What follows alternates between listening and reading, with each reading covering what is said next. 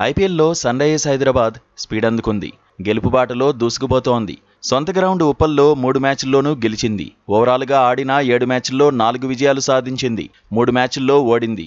8 పాయింట్లతో అభిమానుల్లో అంచనాలు పెంచేస్తోంది. రెగ్యులర్ కెప్టెన్ కమిన్స్ లేకపోయినా ఆ లోటు కనిపించకుండా ఎస్ఆర్హెచ్ ఆడుతోంది.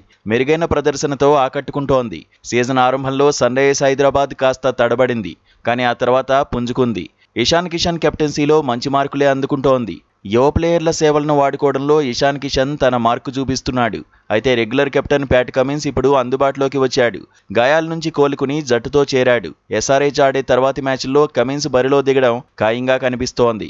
దీంతో జట్టును నడిపించే అవకాశాన్ని ఇషాన్ కిషన్ కోల్పోతాడు. వైస్ కెప్టెన్గా కొనసాగే అవకాశం ఉంటుంది.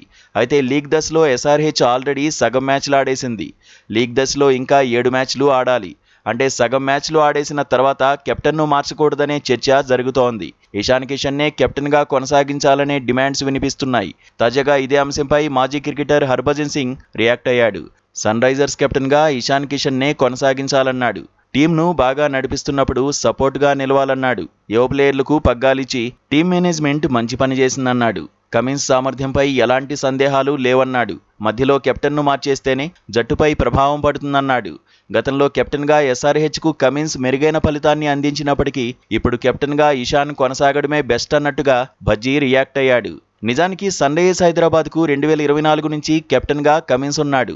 ఎస్ఆర్హెచ్ సారథిగా బాధ్యతలు అందుకున్న తొలి సీజన్లోనే అద్భుతాలు చేశాడు. సన్ రైజర్స్ హైదరాబాద్కు అదిరిపోయే విజయాలు అందించాడు. జట్టు అవసరాలకు తగినట్టుగా కుర్రాళ్లను మలుచుకున్నాడు. టాలెంట్ను గుర్తించి ప్రోత్సహించాడు. 2024లో సంచలన ప్రదర్శనతో ఎస్ఆర్హెచ్ ప్రశంసలు అందుకుంది. ఫైనల్కు దూసుకుపోయింది. టైటిల్ పోరులో ఓడిపోయినప్పటికీ కమిన్స్ సేన మంచి మార్కులే సాధించింది.